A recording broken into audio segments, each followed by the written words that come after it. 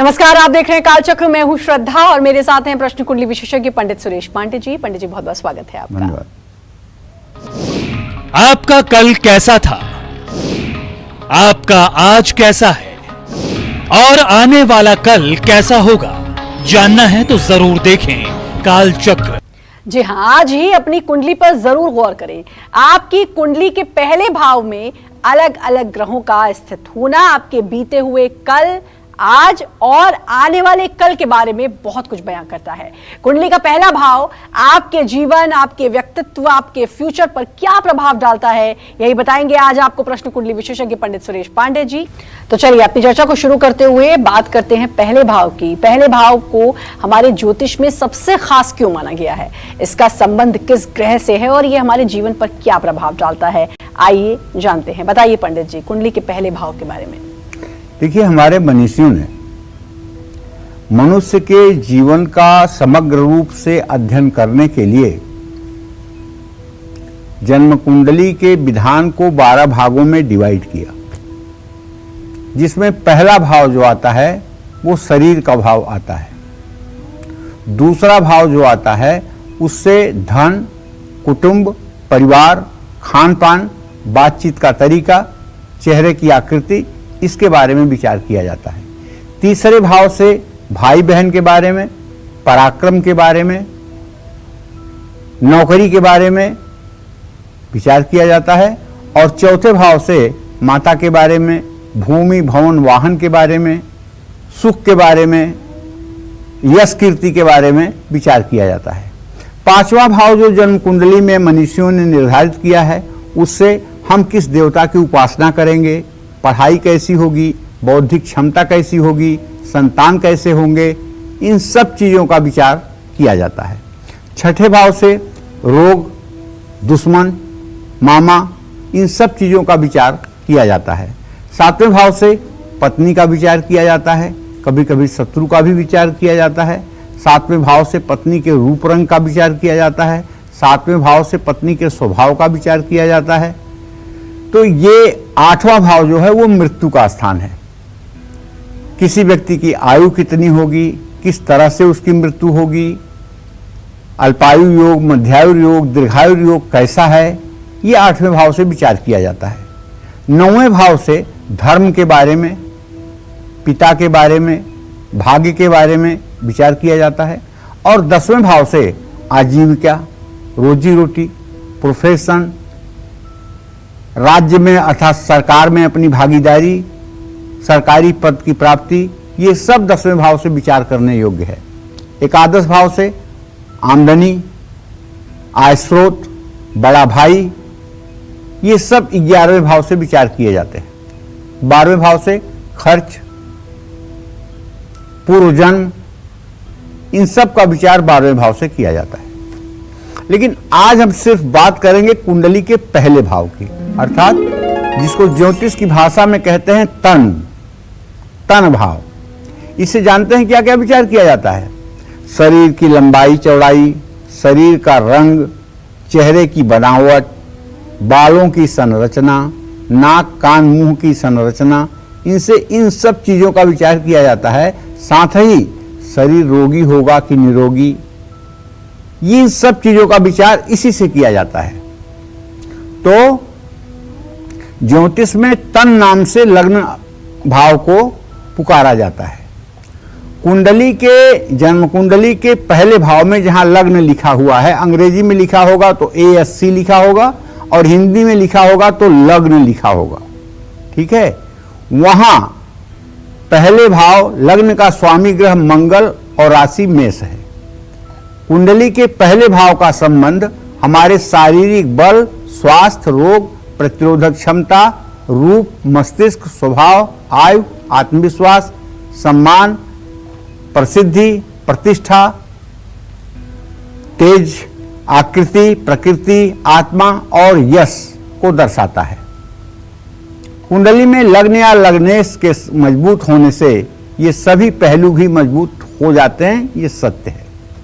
कुंडली का पहला भाव हमारी आंतरिक और बाहरी छवि को नियंत्रित करता है। ये वो भाव है जिससे व्यक्तित्व के बारे में काफी कुछ पता चलता है। कुंडली का पहला भाव हमारी काया, सामान्य व्यक्तित्व, लक्षण, स्वास्थ्य, हमारे बचपन के बारे में भी काफी कुछ बताता है। कुंडली का पहला भाव कुंडली के अन्य भावों को भी प्रभावित करता है।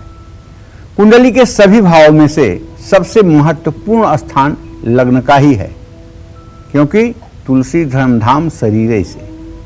अगर शरीर ही नहीं रहेगा, जीवन ही नहीं रहेगा, तो फिर धन, वैभव, यश, कीर्ति, प्रतिष्ठा, वाहन किस काम का? जीवन अगर सुरक्षित है, जीवन अगर सुरक्षित है, जीवन अगर निरोग्य है, जीवन अगर प्रसन्न है, तो भोजन भी अच्छा लगेगा, कपड़ा भी अच्छा लगेगा, वाहन भी अच्छा लगेगा। लेकिन अगर पहला भाव ही समाप्त है, जीवन ही समाप्त है, तो और चीजों से क्या मतलब है? ये जीवन के शुरुआत का प्रतीक है पहला भाव। कुंडली का पहला भाव हमेशा हमारे व्यक्तित्व के आकार को देता है। कुंडली का लग्न अर्थात पहला भाव आगामी दुर्घटनाओं और दुर्भाग्य के बारे में भी संकेत करता है। पहले भाव से किसी भी व्यक्ति के मान, सम्मान, शोहरत, मां से विरासत में मिली संपत्ति, लंबी यात्राओं के बारे में भी आप पता लगा सकते हैं। कुंडली के पहले भाव की गतिविधियां वर्तमान की घटनाओं और हमारी श्वासों और पाचन क्रिया से जुड़ी हुई है। तो मैंने बताया पहले भाव का इंपॉर्टेंस क्या है, और लगभग आप भी समझ गए होंगे। इसमें एक बात मैंने कहा, फिर से उसे रिपीट करूं, वो ये कि अगर कोई ग्रह अपनी राशि में या अपनी उच्च राशि में लग्न में अगर हो, तो इसका फल सर्वोत्तम हो जाता है। लेकिन वहीं अगर ग्रह शत्रु राशि में या नीच राशि में हो, तो शरीर की स्थिति डामाडोल हो जाती है। ये दिमाग में बैठा के रखिए। अगर दो चीजें आपको दिमाग में बैठ गई, तो आपको ज्योतिष समझने में बहुत आसानी होगी। जय मां विंध्यवासिनी। चलिए अब बात करेंगे कि कुंडली के पहले भाव में अगर सूर्य ग्रह स्थित हो तो इसका हमारे जीवन पर क्या प्रभाव पड़ता है, नेचर फ्यूचर कैसा होता है। क्योंकि आपने कहा कि पहले भाव यानी लग्न से पता चलता है कि व्यक्तित्व कैसा है, कि दिखने में कैसा है, रंग रूप। तो पहला भाव तो है जो सब बताता है, लेकिन अगर वहां पर सूर्य विराजमान है तो फिर क्या कुछ होगा लाइफ में? देखिए, पहली बात सूर्य के नेचर को भी जान लीजिए। सूर्य आत्मा का कारक ग्रह है। जिस आदमी के कुंडली में सूर्य अच्छा होगा, वो आदमी विल पावर का बहुत मजबूत होगा। और जिसका सूर्य कमजोर होगा, खराब होगा, पापग्रहों से युक्त होगा, दृष्ट होगा, शत्रु राशि में होगा, उसका आत्मबल बहुत कमजोर होगा। लेकिन वहीं पर कुंडली के पहले भाव में कौन सा ग्रह हो, तो ये मैं बता रहा हूं आपको। तो जैसे सूर्य के बारे में मैं बता रहा हूं आपको, सूर्य अगर मेष राशि और सिंह राशि का होगा तो कमाल हो जाएगा। ठीक है, लग्न स्थान के सूर्य की कुंडली के पहले भाव में होने से। लेकिन अगर सूर्य मेष और सिंह राशि में है तो मजबूत होगा व्यक्ति, जीवन शक्ति और अच्छे स्वास्थ्य के साथ साथ आत्मविश्वास भी प्राप्त करेगा। ऐसे व्यक्ति में नेतृत्व की क्षमता होगी, बड़ा राजनीतिज्ञ हो सकता है, स्वतंत्र रूप से कार्य करना पसंद कर सकता है। हालांकि पहले भाव में सूर्य, अगर सूर्य मेष और सिंह का ना हो तो व्यक्ति को अहंकारी भी बना सकता है। जिन लोगों की कुंडली में पहले भाव में सूर्य है, वो हर संघर्ष से निपटने के लिए तैयार रहते हैं, लेकिन अच्छा सूर्य होना चाहिए। मेष और सिंह का पहले भाव में शुभ सूर्य व्यक्ति को बचपन से ही स्वतंत्र विचारों का बनाता है और सुदृढ़ व्यक्ति बनाता है। अगर मेष और सिंह का सूर्य होगा तो ऐसे आदमी को कोई नेतृत्व नहीं कर पाएगा, बल्कि ऐसा व्यक्ति खुद नेतृत्व करने वाला होगा। ऐसा व्यक्ति किसी के अंडर में काम नहीं कर सकता। ऐसा व्यक्ति अगर किसी के अंडर में काम करने के लिए कह दिया जाए तो सफोकेशन महसूस करता है, उसकी सांस उगने लगती है। देखिए, सूर्य वैसे धर्म का भी कारक है। ऐसे में पहले भाव में सूर्य शुभ हो तो व्यक्ति धार्मिक स्वभाव का होता है।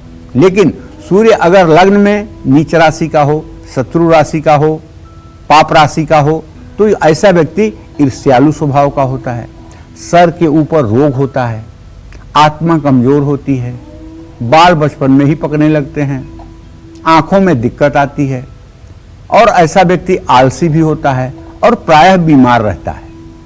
सूर्य अगर पापक ग्रहों के स्थान में लग्न में हो तो ऐसा व्यक्ति बीमार रहता है, ये बात बड़ी सच है। और उसके हड्डी पर कभी मांस नहीं चढ़ती है, हर समय उसके शरीर की हड्डियां दिखती रहती हैं और बड़ा दुबला पतला होता है। तो कहने का मतलब यह है कि सूर्य अगर 1 नंबर और 5 नंबर जहां आपके कुंडली में लग्न में लिखा हुआ है उसमें है, तब तो एकदम जय जयकार है। और अगर दूसरे किसी नंबर में है, 10 नंबर में है, 11 नंबर में है या 7 नंबर में है, 2 नंबर में है, तो जरूर स्वास्थ्य के लिए हानिकारक है। और हाँ, लग्न का बैठा हुआ ग्रह आपके पत्नी भाव को भी प्रभावित करता है। तो सूर्य अगर शुभ दृष्टि देगा तो पत्नी सुंदर और राजघराने की होगी, लेकिन सूर्य यदि नीच राशि का पापक ग्रहों से दृष्टि युक्त होगा तो पत्नी रोगिणी होगी या एक से अधिक विवाह भी हो सकते हैं। तो ये कुंडली का पहला भाव देख करके जाना जा सकता है। जय मां विंध्यवासिनी। तो बात सूर्य की तो हो गई, कुंडली के पहले भाव में अगर सूर्य हो तो क्या होता है।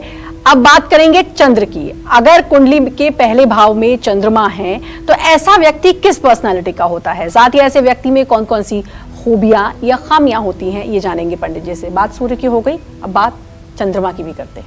देखिए, सब कुछ होगा लेकिन ज्योतिष में सिद्धांत नहीं बदलेगा। सिद्धांत वही रहेगा कि अपनी राशि का हो या उच्च राशि का हो तो सुपर, अगर अपनी राशि अपनी नीच राशि का है या शत्रु राशि का है तो सब कुछ खराब। चंद्रमा सिर्फ और सिर्फ लग्न में वृषभ राशि और कर्क राशि का अच्छा माना जाता है। वृषभ राशि और कर्क राशि का चंद्रमा सिर्फ और सिर्फ अच्छा माना जाता है। ठीक है, कुंडली के पहले भाव में चंद्रमा यदि वृषभ राशि का या कर्क राशि का हो तो ऐसा व्यक्ति आकर्षक, सुंदर, धनी, इमोशनल और बहुत नाजुक होता है। ऐसे लोगों की समाज में मान सम्मान बहुत प्राप्त होता है। चंद्रमा आपको खुशमिजाज रखता है, मिलनसार बनाता है।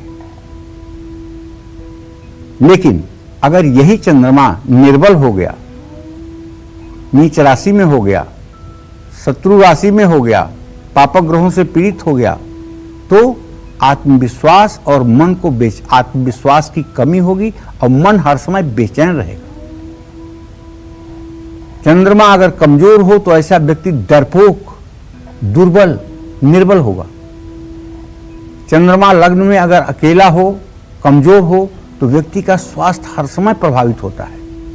ऐसा आदमी एलर्जी के रोग से, एनीमिया के रोग से, खून की कमी के रोग से हर समय जूझता रहता है। और खास करके अगर पापक ग्रहों में केतु शनि का प्रभाव हो जाए तो ऐसा व्यक्ति मानसिक रोगी भी होता है।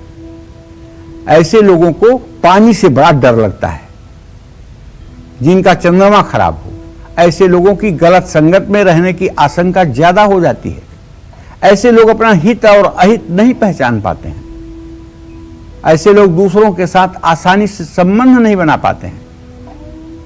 लोगों से रिश्ते जोड़ने में या अपनी बात समझाने में आपको समय लगता है। तो कहने का आशय यह है, यदि वृषभ का चंद्रमा होगा और कर्क का चंद्रमा होगा तो फिर आपका क्या पूछना है। लेकिन इन दो राशियों को छोड़ करके अगर अपने मित्र राशि का चंद्रमा होगा तब भी कुछ सौम्य है। जैसे सूर्य के घर का हो, मंगल के घर का हो, बृहस्पति के घर का हो, तब भी कुछ ठीक है। लेकिन शनि के घर का हो, शुक्र के घर का हो, बुध के घर का चंद्रमा हो, तब तो ये बहुत ही अनिष्टकारक स्थिति बनती है। इसलिए अगर आप अपने लग्न के चंद्रमा को देख रहे हैं तो इन विषयों पर अगर आप ध्यान देंगे तो आपकी जीवन शैली और आपकी जिंदगी एकदम आईने में साफ साफ आपको दिखाई देगी। जय मां विंध्यवासिनी। कुंडली में पहले भाव में अलग अलग ग्रहों की स्थिति आपके आज और आने वाले कल पर क्या अच्छा या बुरा प्रभाव डालती है, इस बारे में बताएंगे आपको पंडित जी। अपनी चर्चा को आगे बढ़ाते हुए अब बात करेंगे बृहस्पति ग्रह की। कुंडली में पहले भाव में यानी कि लग्न भाव में अगर बृहस्पति ग्रह हो तो व्यक्ति का नेचर कैसा होता है, ऐसा व्यक्ति कौन सी खूबियां और खामियां ऐसे व्यक्ति में होती हैं जो इनके आने वाले कल पर अपना असर दिखाती हैं। आइए जानते हैं पंडित जी से। बताइए पंडित जी। देखिए, ऐसा नहीं है कि बृहस्पति की चर्चा कर रहा हूं तो मंगल और बुध को छोड़ दूंगा। आप ये मत सोचिएगा कि तो बृहस्पति की चर्चा करने लगे और मंगल बुध को छोड़ के। बृहस्पति की चर्चा इसलिए कर रहा हूँ कि एक बृहस्पति इकलौता ऐसा ग्रह है जिसके बारे में हमें बचपन में जब ज्योतिष की शुरुआत किए थे तभी पढ़ाया जाता था, यस्य केंद्रे बृहस्पति किम कुर्वन्ति अन्य ग्रह। जिसके केंद्र में बृहस्पति हो उसका दूसरा ग्रह क्या बिगाड़ेगा। माने 8 ग्रह अगर खराब भी हों और बृहस्पति अकेला अगर बहुत मजबूत और केंद्र में हो तो वो जिंदगी को संवार देता है। और ये अभी तक 50 साल के अपने अनुभव में यही देख रहा हूँ कि सचमुच में कुंडली के सारे ग्रह आड़े टेढ़े हो कोई बात नहीं, लेकिन अगर बृहस्पति मजबूत होकर के केंद्र में है तो सब कुछ भजन बना देता है। शरीर भी अच्छा रहता है, धन धान्य भी रहता है, सम्मान भी रहता है, परिवार भी रहता है, धर्म भी रहता है, सब कुछ अच्छा हो जाता है।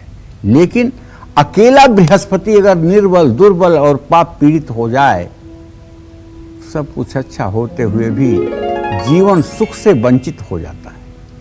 इसलिए बृहस्पति को थोड़ा सा मैंने रिजर्वेशन करके आगे ले आया।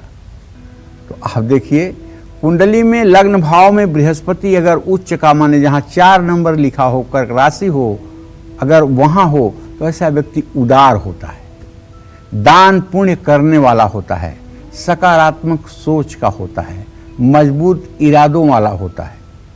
जानते हैं जब लग्न में बृहस्पति होगा तो उसकी पूरी दृष्टि आपके संतान भाव पर जाएगी और आपके भाग्य भाव पर जाएगी। अर्थात आप पढ़ाई में अच्छे होंगे, आपके संतान दीर्घजीवी होंगे और आपकी आयु लंबी होगी और आप धार्मिक होंगे, आपका भाग्य ठीक होगा। ऐसे लोगों का झुकाव पढ़ाई की तरफ होता है, ऐसे लोगों की आयु लंबी होती है। लग्न में बृहस्पति उच्च का हो तो व्यक्ति हर परिस्थिति में खुद को ढाल लेता है। ऐसे लोग अपनी पहचान भी बनाते हैं और कम संसाधनों का सही दिशा में उपयोग भी करते हैं। बृहस्पति विस्तार का ग्रह है, ऐसे में पहले भाव में इसके होने से व्यक्तित्व में निखार और विकास की संभावना बहुत ज्यादा होती है। लग्न का बृहस्पति अगर कमजोर हो जाए तो, निर्बल हो जाए तो, नीच राशि का हो जाए तो, पापक ग्रहों से पीड़ित हो जाए तो ऐसे व्यक्ति का कद 5 फीट से ज्यादा नहीं होता और शरीर भी दुबला पतला होता है। लेकिन अगर बृहस्पति कर्क राशि में, मकर और मीन राशि में लग्न में बैठा हो और उस पर पापक ग्रह की दृष्टि हो तो ऐसा आदमी बहुत स्थूलकाय, बहुत मोटा हो जाता है, उसका वजन जरूरत से ज्यादा ही हो जाता है। ऐसा आदमी हवा पीता है तब भी मोटा हो जाता है। ऐसे आदमी का वजन जल्दी कंट्रोल नहीं होता है। तो ऐसे लोगों को चाहिए कि अगर कुंडली में आपके बृहस्पति शुभ है और आपका मोटापा बढ़ रहा है तो आपको बृहस्पतिवार के दिन केले के पेड़ की पूजा करनी चाहिए और जब तक पूजा न करें तब तक व्रत करना चाहिए। केले के पेड़ में जल हल्दी चढ़ानी चाहिए और राम रक्षा स्तोत्र का पाठ जरूर करना चाहिए। राम रक्षा स्तोत्र का पाठ करना, एकादशी का व्रत करना आपके लिए अत्यंत लाभकारी होगा। जय मां विंध्यवासिनी। कुंडली के पहले भाव में अगर शुक्र हो तो व्यक्ति की शारीरिक बनावट कैसी होती है, ऐसे व्यक्ति में कौन सी खासियत होती है, साथ ही ऐसे लोगों को कौन से रोग भी हो सकते हैं, जानेंगे पंडित जी से। बताइए पंडित जी, शुक्र के बारे में भी पहले बता दीजिए।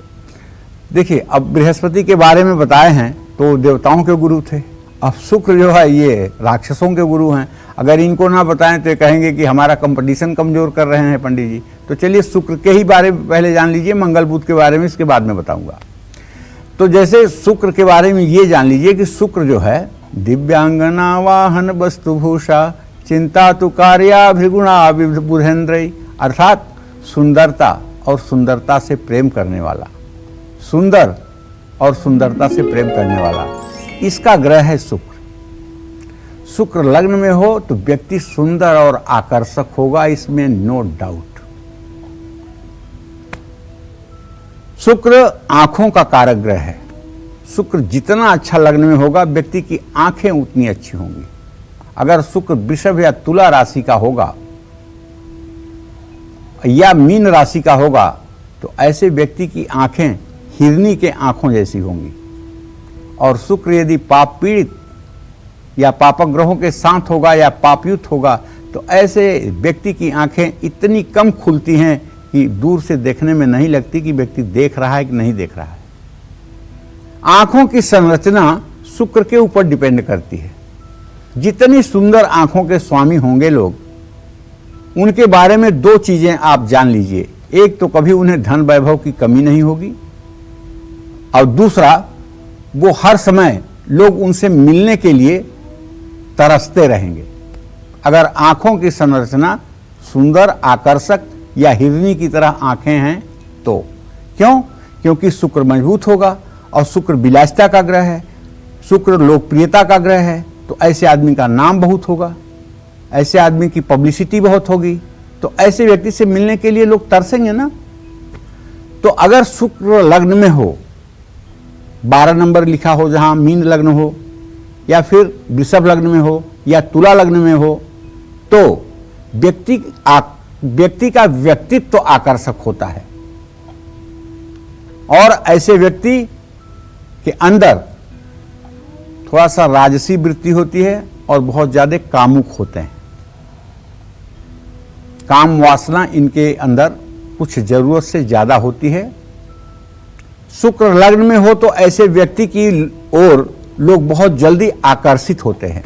ये भी एक बात जान लीजिए कि जैसे चुंबक दूसरे चीजों को खींचता है अपनी तरफ से, ऐसे बलवान शुक्र वाले व्यक्ति जो लग्न के होते हैं वो लोगों को अपनी तरफ बहुत तेजी से आकर्षित करते हैं।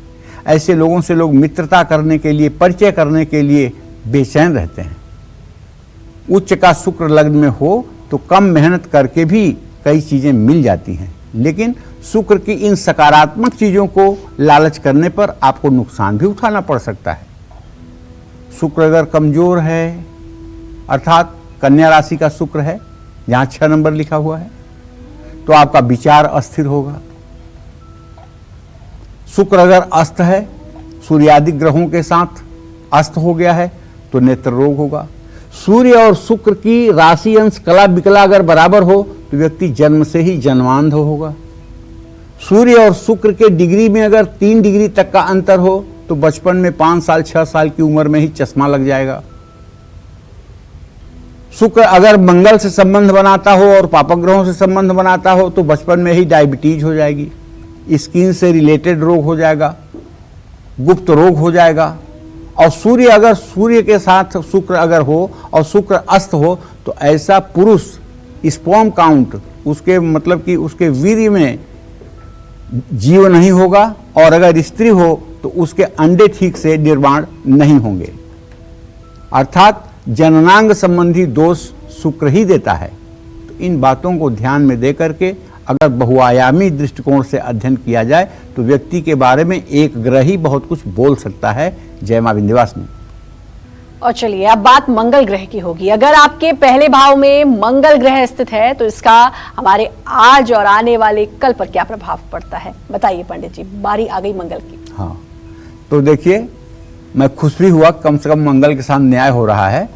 तो देखिए कुंडली के पहले भाव में मंगल अगर हो और वहां नंबर लिखा हो 1 या 8, मेष या वृश्चिक लग्न हो या मकर लग्न हो, तो ऐसे व्यक्ति के शरीर में ऊर्जा, क्षमता, उग्रता दोनों भरपूर मात्रा में होती है। ऐसे लोग अच्छे कदकाठी के, निरोगी, कंधा इनका मजबूत होता है।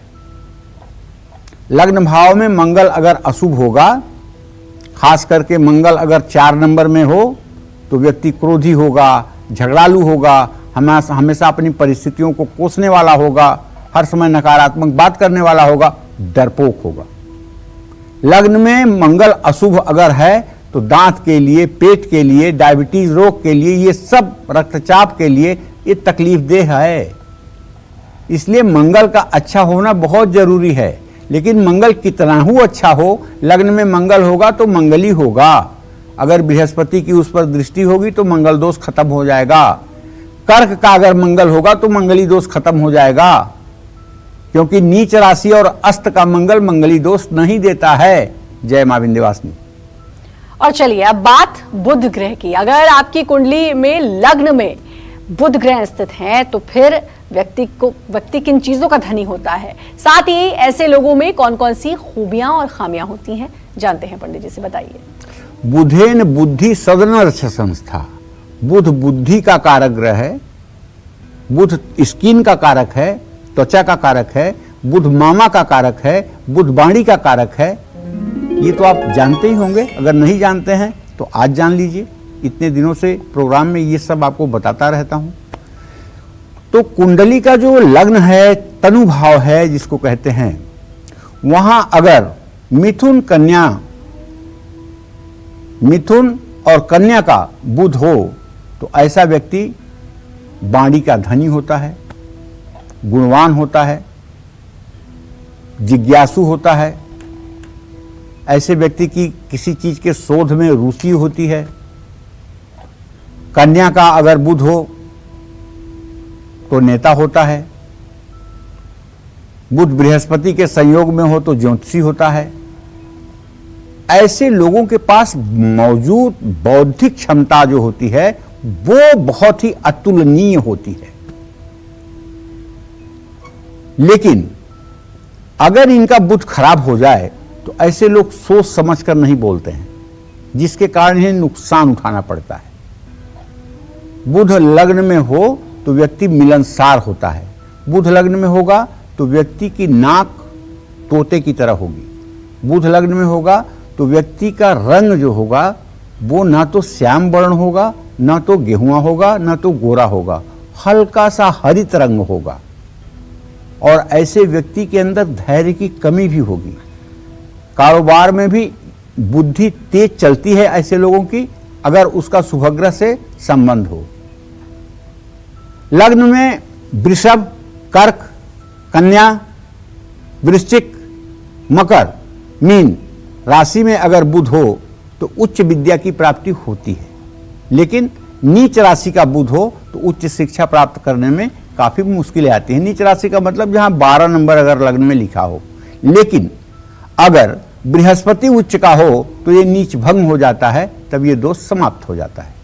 लग्न में बुध अशुभ हो तो भाग्य वृद्धि और वाणी का नाश करता है। देखिए, बुध से अगर छठा आठवां चंद्रमा हो और अपनी महादशा में बुध हो और अच्छा भी हो तो अच्छा फल नहीं दे पाता है। चंद्रमा से अच्छे स्थान में ही स्थित बुध अच्छा फल देता है। जय मां विंध्यवासिनी। और कुंडली में लग्न भाव में अगर शनि ग्रह है तो व्यक्ति की शारीरिक बनावट कैसी होगी, साथ ही ऐसे लोग किस नेचर के होते हैं, ये जानते हैं, बताइए पंडित जी। अब शनि देव के बारे में तो आप ही जानते हैं। शनि देव जो है ये दुख के कारक ग्रह हैं, दुखदाता ग्रह के रूप में अध्ययन किए जाते हैं। और चाहे लाख आप कहिए किसी को का आपका सूर्य खराब है, चंद्रमा खराब है, कोई फर्क नहीं पड़ेगा। और कह दीजिए कि आपका तो शनि बहुत खराब है तो वो तुरंत पीपल के नीचे दंड बैठी करने लगेंगे और भागने लगेंगे मंदिर में। शनि देव का बड़ा टेरर है भाई। तो कुंडली के पहले भाव में शनि अगर मकर, कुंभ राशि या तुला राशि के हैं तब तो व्यक्ति लंबा होगा, पतला होगा, दुबला होगा, लेकिन तेजस्वी होगा। पहले भाव में शनि व्यक्ति को गंभीर बनाएगा, अंतर्मुखी बनाएगा। खास करके तुला राशि का शनि तो चक्रवर्ती सम्राट भी बनाता है। ऐसा व्यक्ति आलसी और हीन भावना से पीड़ित होगा अगर शनि वहां पे किसी शत्रु राशि में होगा तो। ऐसे लोगों का शरीर और बाल खुश्क होता है। अगर आपका शनि वृश्चिक राशि का है, मेष राशि का है, तो आप पक्का मान के चलिए कि आप बचपन में बीमार रहे होंगे, आपको निमोनिया जरूर हुई होगी, आपका फेफड़ा एक बार जरूर प्रभावित हुआ होगा और आप 8 साल तक अपने माता पिता के लिए सिरदर्द बने होंगे, 8 साल तक आपका स्वास्थ्य खराब रहा होगा। लेकिन अगर शनि ठीक है तो बचपन से ही आप फिट रहेंगे, ईमानदार रहेंगे, कर्तव्यनिष्ठ रहेंगे, भरोसेमंद रहेंगे। शनि लग्न में होने से व्यक्ति का पाचन संघर्षों में बीतता है। ऐसे लोगों का जो मतलब कि पाचन शक्ति है, डाइजेशन है, वो बड़ा कमजोर हो जाता है। क्यों? क्योंकि मेष और वृश्चिक राशि ऐसी राशि है जो नाभि पर स्पार्क करती है और यहाँ पर उष्मा का कारक ग्रह मंगल और सूर्य है। अगर यहाँ शनि आ जाए, मंद ग्रह आ जाए तो निश्चित रूप से डाइजेशन खराब हो जाएगा, अपच की बीमारी हो जाएगी, भोजन करते ही नींद आने लगेगी। ऐसे लोगों को कभी भी भाग्य के भरोसे नहीं रहना चाहिए। और लग्न में अशुभ शनि वैवाहिक जीवन में कलेश दे सकता है। ऐसे लोगों के जीवन में 30 से 36 वर्ष के बाद ही स्थिरता आती है। ये बात समझना चाहिए। लेकिन अगर लग्न में शनि है तो हनुमान जी की उपासना भी करनी चाहिए। हनुमान जी सब कुछ ठीक कर सकते हैं भाई। जय मां विंध्यवासिनी।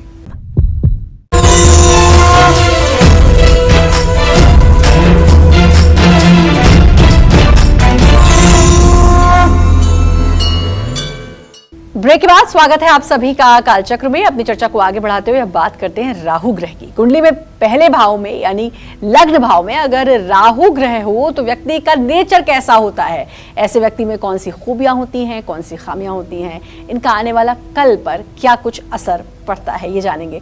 राहु के बारे में भी बताइए, क्योंकि राहु का नाम सुनकर अक्सर लोग डरते भी हैं, लेकिन क्योंकि कुंडली में कहीं ना कहीं तो होगा, और अगर पहले भाव में है तो क्या असर पड़ता है। देखो श्रद्धा, राहु के नाम से मत डरिए कोई लोग। राहु ऐश्वर्यदायक है।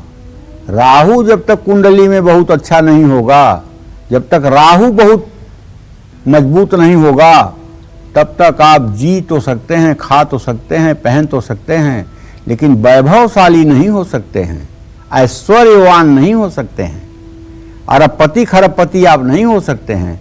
राहु अग्रह है जो अरबपति खरबपति बनाता है, चाहे एलन मस्क हो और चाहे कोई मतलब कि विदेशी अमीर हो और चाहे हिंदुस्तान के हमारे अंबानी जी हों। राहु सबका मजबूत होगा तभी धनवान और वैभववान होने की स्थिति बनेगी। इसलिए राहु से सिर्फ डरना नहीं है। हाँ, ये बात सही है कि राहु छाया ग्रह है। कहते ना है कि अर्धकाय महावीर्य चंद्रादित्य विमर्दनम सिंहिका गर्भ संभूतम तम राहुम प्रणमाम्य हम। राहु ऐश्वर्य का ग्रह है भाई। तो राहु व्यक्ति के अंदर उत्साह देता है। राहु अगर शुभ होगा, अपनी मूल त्रिकोण राशि में होगा, माने कुंभ राशि में होगा, या फिर कन्या राशि में होगा, अपनी राशि में होगा, तो ऐसा व्यक्ति तो राहु अगर तृतीय एकादश और छठवें भाव का स्वामी होकर महादशा में होगा तो राजा बना देगा। मैंने तो राहु की महादशा में कितने लोगों को केंद्र में मंत्री बनते देखा है, और राहु खत्म हुआ तो सारा मंत्रालय छिन गया। तो राहु से बहुत डरने की जरूरत नहीं है। राहु प्रभावशाली होगा तो ऐसे लोग अपने तरीके से जीवन जीना पसंद करते हैं। लेकिन अगर राहु कुंडली के पहले भाव में कमजोर है या जिसके स्थान में है वह ग्रह कमजोर है, तो ऐसा व्यक्ति व्यर्थ का घमंडी, कड़वा बोलने वाला, बदतमीज, लेकिन ऐसे लोग कार्यकुशल होते हैं, राजनीति कूटनीति के ज्ञाता होते हैं। ऐसे लोगों का व्यवहार खराब जरूर होगा, लेकिन गलत संगत में भी जाने के बाद ऐसे लोग नशीले पदार्थों की ओर रुचि बढ़ाएंगे अगर राहु खराब होगा तो। राहु अगर शनि के साथ हो गया, राहु अगर शनि की दृष्टि में हो गया, तो ऐसे लोग निश्चित रूप से एडिक्शन, किसी चीज के प्रति बहुत ज्यादा आकर्षित रहेंगे। ऐसे लोग अवैध कार्य भी कर सकते हैं, और ऐसे लोगों के अंदर संवेदना नहीं होती है अगर राहु खराब हो। ये कुछ भी क्राइम कर सकते हैं, इनका मन नहीं प्रभावित होगा। लग्न में अगर राहु अशुभ है तो ये वैवाहिक जीवन में भी मतभेद पैदा करता है। ऐसे लोग दूसरों के जीवन में दखल देना पसंद करते हैं। तो भाई, यद्यद भाव गते राहु केतुश्च जनने निराम यद्यद भावे संयुक्तम तत्फलम प्रतिषेधलम। अगर आपके पैर के अंगूठे का मोजा फटने लगे, आपके घर में बर्तन हर समय बिखरे रहें, आपके बेडरूम में जूता चप्पल एक एक कोने पर बिखरे रहें, बिस्तर आपका उलझा रहे, तो आप मान लीजिएगा आपका भी राहु खराब है। लेकिन अगर आपका ड्रेस एड्रेस दोनों ठीक है, आपका बाथरूम चकाचक है, एकदम चमक रहा है, आपके रसोई में हर समय गीलापन नहीं है, तो आप मान लीजिएगा आपकी दीवारों में अगर सीलन नहीं है, आपके कपड़ों से अगर स्मेल नहीं आती है, तो आपका राहु अच्छा है। और राहु न अच्छा हो तब भी उसे अच्छा करने के लिए नहाने के बाद चंदन का इत्र लगाइए और उसको 3 बार सूंघिए, और जितना हो सके ब्रांडेड कपड़ा, ब्रांडेड जूता, ब्रांडेड मोजा, ब्रांडेड घड़ी पहनने की कोशिश करिए। आपका आत्मविश्वास बढ़ेगा, राहु की खराबी अपने आप ठीक हो जाएगी। राहु पूजा पाठ से कम ठीक होता है, सजने बजने से ज़्यादा ठीक होता है। जय मां विंध्यवासिनी। कुंडली के पहले भाव में केतु ग्रह स्थित हो तो व्यक्ति का नेचर और फ्यूचर कैसा होता है, आइए जानते हैं पंडित जी से। बताइए पंडित जी। केतु लग्न में होता है तो ज्योतिष कहता है मानसिक व्रणी। ऐसा केतु लग्न में होना शुभ नहीं माना जाता है। ऐसा व्यक्ति शक करने वाला, चिंता में रहने वाला और भ्रम से पीड़ित रहता है।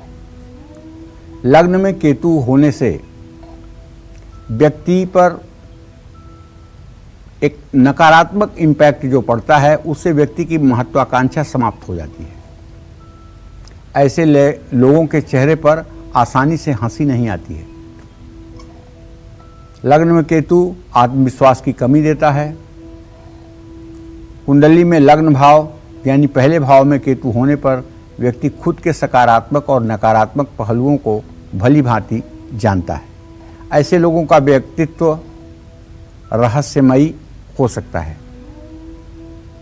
लोगों को आपको समझने में काफी मुश्किलें आ सकती हैं, लेकिन लोग आपको समझने और जानने में भी रुचि रखेंगे।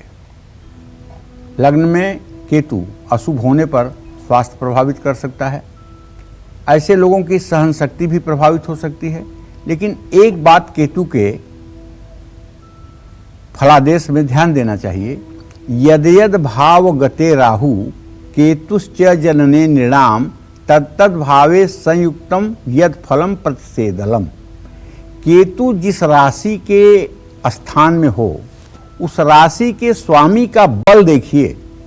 अगर उस राशि का स्वामी बलवान होकर के कहीं स्थित है तो केतु अच्छा फल करेगा। लेकिन अगर उस राशि का स्वामी निर्बल दुर्बल हो गया है, अस्त और पाप पीड़ित हो गया है, तब केतु कहर ढाएगा।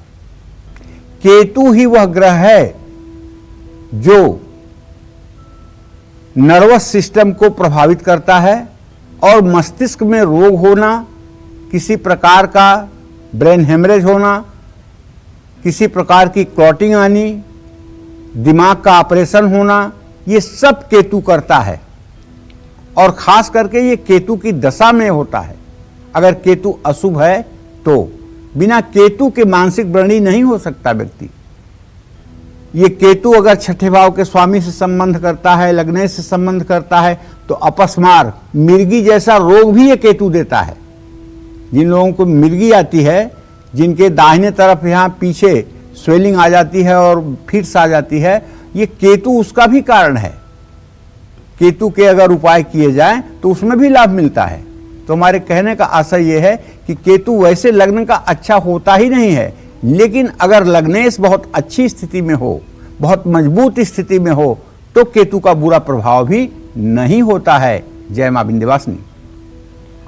बहुत अच्छी जानकारी पंडित जी आपने दी और बताया कि लग्न का क्या महत्व और लग्न में जो ग्रह स्थित है उनका क्या महत्व है हमारे जीवन में। आपने अपना समय दिया उसके लिए आपका बहुत बहुत धन्यवाद और उम्मीद करते हैं आज का विषय भी बहुत पसंद आया होगा। कल फिर एक नए विषय और आपकी परेशानियों को दूर करने के लिए ढेर उपाय लेकर हम आएंगे पंडित सुरेश पांडे जी के साथ। तब तक कालचक्र की पूरी टीम को दीजिए इजाजत, लेकिन देश दुनिया की तमाम खबरों के लिए लगातार बने रहिए न्यूज़ 24 के साथ।